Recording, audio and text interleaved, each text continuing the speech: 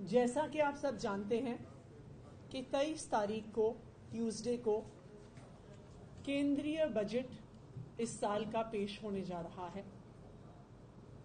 केंद्र के बजट में दिल्ली का क्या हक होना चाहिए, दिल्ली की सरकार का क्या हक होना चाहिए, दिल्ली की एमसीडी का क्या हक होना चाहिए, ये दिल्ली वाले जानना चाहते हैं।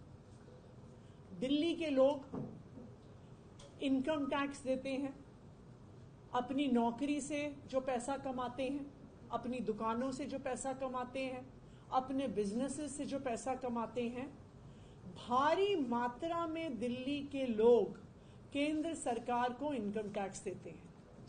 अगर आप पूरे देश भर में इनकम टैक्स के आंकड़े देखिए तो दिल्ली लगातार दूसरे या तीसरे नंबर पर है उन शहरों में और उन राज्यों में जो हाईएस्ट इनकम टैक्स देते हैं।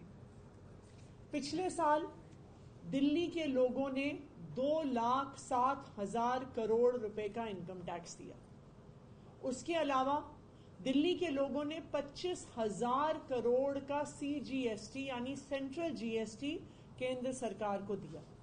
तो कुल मिलाके दिल्ली के लोगों ने 2,32,000 करोड़ रुपए टैक्स केंद्र सरकार को दिया है। और राज्य भी देते हैं, सब राज्यों से कुछ उनकी इकोनॉमिक डेवलपमेंट के अनुसार पैसा आता है। इस पैसे के आधार पर, इस इनकम टैक्स और सेंट्रल GST के आधार पर केंद्र सरकार अपना बजट बनाती है।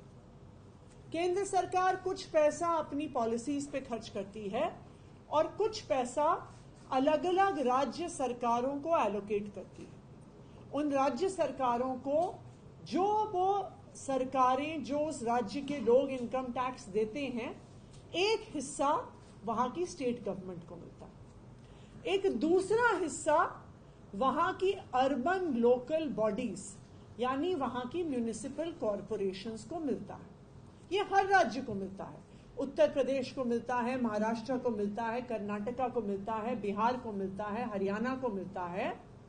उनकी स्टेट गवर्नमेंट को जितना वो इनकम टैक्स देते हैं उसका एक हिस्सा मिलता है और उनकी अर्बन लोकल बॉडीज को, उनकी म्युनिसिपल कॉरपोरेशंस को अपने टैक्स के हिस्से में से कुछ पैसा मिलता है।